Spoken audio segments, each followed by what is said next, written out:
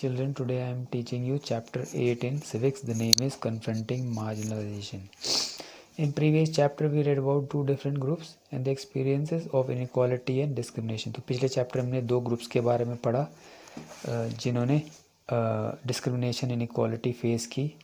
तो ये जो ग्रुप थे बहुत ही इन पे कोई पावर तो थी नहीं, लेकिन फिर भी इन्होंने संघर्ष किया, इन्होंने प्रोटेस्ट किया. जो डोमिनेंट कास्ट के अगेंस्ट इन्होंने स्ट्रगल किया ताकि इनको एक्सक्लूड ना किया जाए. तो इन्होंने अब इस सिचुएशन पर काबू पाने की कोशिश की अलग अलग तरीक़ों से, अलग अलग स्ट्रैटेजीज़ के थ्रू. जैसे इन्होंने लड़े, उन्होंने आर्म स्ट्रगल किया, हथियारों से लड़े, उन्होंने अपने को इम्प्रूव किया, एजुकेट किया, अपने को इकोनॉमिकली अपने को इम्प्रूव किया. तो in this chapter will read about some of the ways in which groups and individuals challenge existing inequalities. तो इस चैप्टर में पढ़ेंगे जो डिफरेंट ग्रुप्स है जिन्होंने इनइक्वालिटीज़ फेस की है, तो उन्होंने किस तरीके से स्ट्रगल किया है. Adivasi, Dalit, Muslims and women argue that simply by being citizens of democratic country they possess equal rights that must be respected. तो जो मार्जिनलाइज कम्युनिटी के लोग हैं, आदिवासी, दलित और मुस्लिम, इनका मानना है कि क्योंकि हम इस कंट्री के सिटीजन्स हैं तो हमारे जो राइट्स हैं जो कॉन्स्टिट्यूशन ने दे रहे कि उनको रिस्पेक्ट किया जाना चाहिए. तो ये जो मार्जिनलाइज ग्रुप हैं वो कॉन्स्टिट्यूशन का सहारा लेते हैं. In this chapter we will see why Constitution of India is something that marginalized groups invoke in the course of the struggle. तो इस चैप्टर में पढ़ेंगे जो कॉन्स्टिट्यूशन ऑफ इंडिया है उसका सहारा किस तरीके से लेते हैं मार्जिनलाइज्ड ग्रुप अपने संघर्ष के दौरान. As a part of this we will look at how rights are translated into laws to protect groups from continuous exploitation, and we will also look at the government efforts to formulate policies to promote the access of these groups to development. तो इस chapter में ये भी पढ़ेंगे तो जो rights होते हैं मार्जिनलाइज्ड ग्रुप्स के उनको लॉज में किस तरीके से ट्रांसलेट किया जाता है ताकि जो ग्रुप्स हैं इनको प्रोटेक्ट किया जाए, इनको एक्सप्लॉयटेशन से बचाया जाए. हम ये भी पढ़ेंगे कि जो गवर्नमेंट होते हैं वो किस तरीके से कैसी पॉलिसीज़ लाती है ताकि इन जो मार्जिनलाइज्ड ग्रुप है उनको भी जो डेवलपमेंट प्रोग्राम्स है उन पे भी उनको एक्सेस मिल पाए. Now we move to next page. Fundamental rights.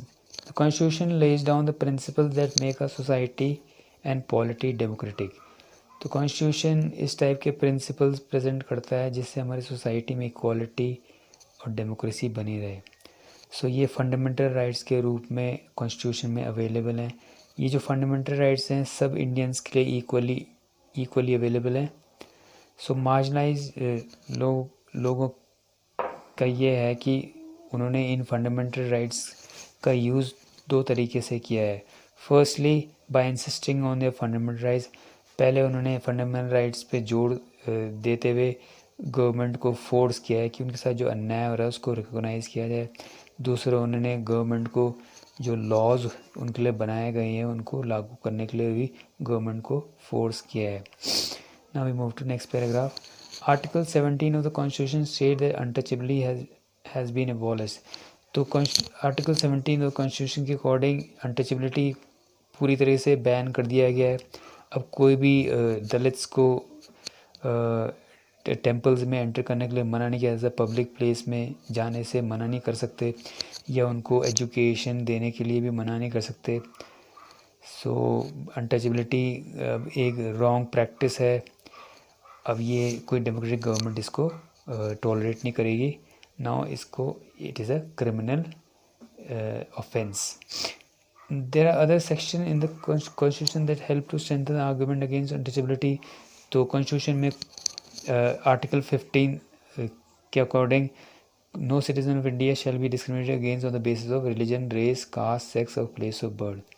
तो आर्टिकल 15 ऑफ द कॉन्स्टिट्यूशन के अकॉर्डिंग कोई भी सिटीज़न के साथ डिस्क्रिमिनेट नहीं किया जा सकता, चाहे वो किसी रिलीजन को बिलोंग करता हो, किसी कास्ट को बिलोंग करता हो, किसी भी जेंडर को बिलोंग करता हो या किसी भी प्लेस ऑफ बर्थ उसकी कहीं की भी हो.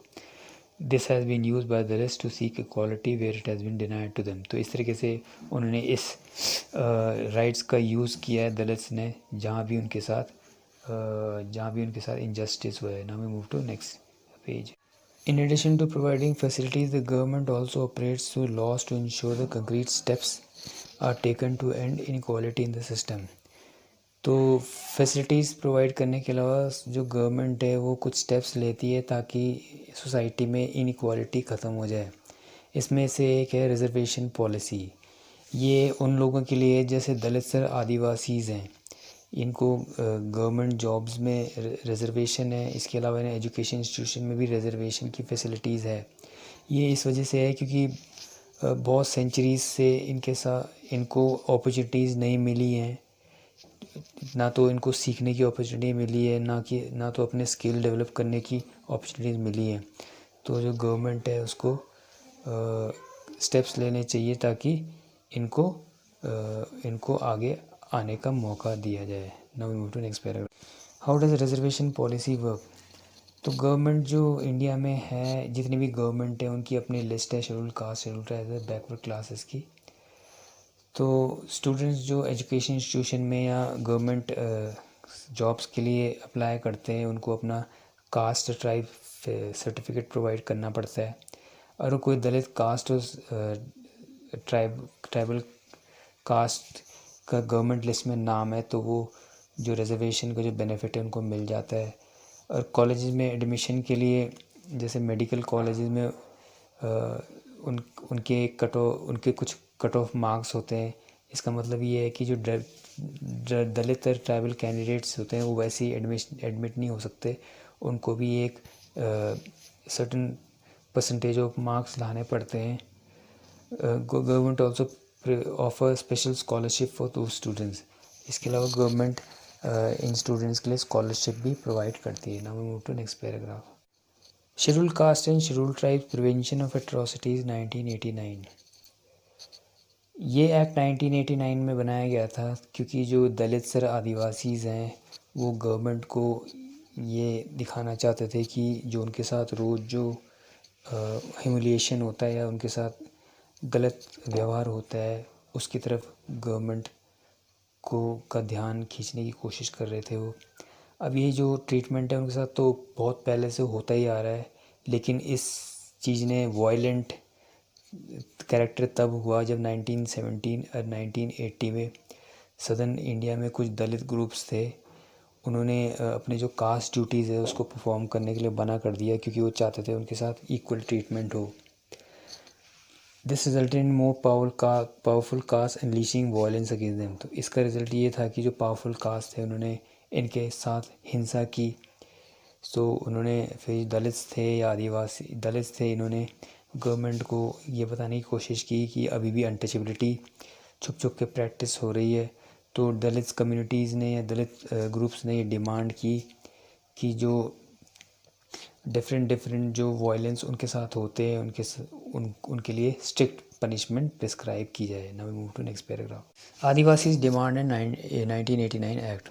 तो 1989 जो एक्ट है इसका आदिवासी जो हैं एक्टिविस्ट उन्होंने उसका सहारा लिया है कि जो राइट्स जो आदिवासी के छीन लिए गए हैं उनको वापस लौटाए जाएं। इसके अलावा जो आदिवासीज़ वैसे अपने लैंड से तो बाहर जाना नहीं चाहते, लेकिन अगर जो किसी ने उनके लैंड को फोर्सफुली ऑक्यूपाई कर लिया गया है तो उनको पनिशमेंट दी जानी चाहिए लॉ के अकॉर्डिंग। सो जो लैंड होता है आदिवासीज़ का, ना तो उसको बेचा जाना चाहिए ना उसको ख़रीदा जाना चाहिए। और जहाँ पे हुआ है तो कॉन्स्टिट्यूशन ने इनको राइट्स दिए हैं इनको कि वो अपने जो लैंड है उसको दोबारा वापस ले सकें। Now we move to next paragraph. C.K. Janu, Adivasi activist, has pointed out that one of the violators of constitution rights guaranteed to tribal people are government in the various states of India. तो जो आदिवासी activist C.K. जानू ने point out किया कि जो सबसे बड़े violators जो कॉन्स्टिट्यूशनल राइट्स के हैं वो हैं गवर्नमेंट, क्योंकि गवर्नमेंट जो स्टेट गवर्नमेंट जो है उन्हीं ने जो बाहर वाले हैं उनको आदिवासी लैंड पे आने के लिए उनको अलाउ किया है ताकि वो यहाँ पे कब्ज़ा कर सकें। सो जो एक्टिविस्ट है उसने ये भी पॉइंट आउट किया है कि जिन केसेस में ट्राइबल्स बाहर कर दिए गए हैं और वो अपने लैंड में वापस नहीं जा सकते तो गवर्नमेंट को उनको कंपनसेट करना चाहिए। इसके अलावा गवर्नमेंट को कुछ ऐसे प्लान्स और पॉलिसीज़ बनाने चाहिए ताकि ये दूसरी जगह सेटल हो जाए। So this and the chapter. Thank you.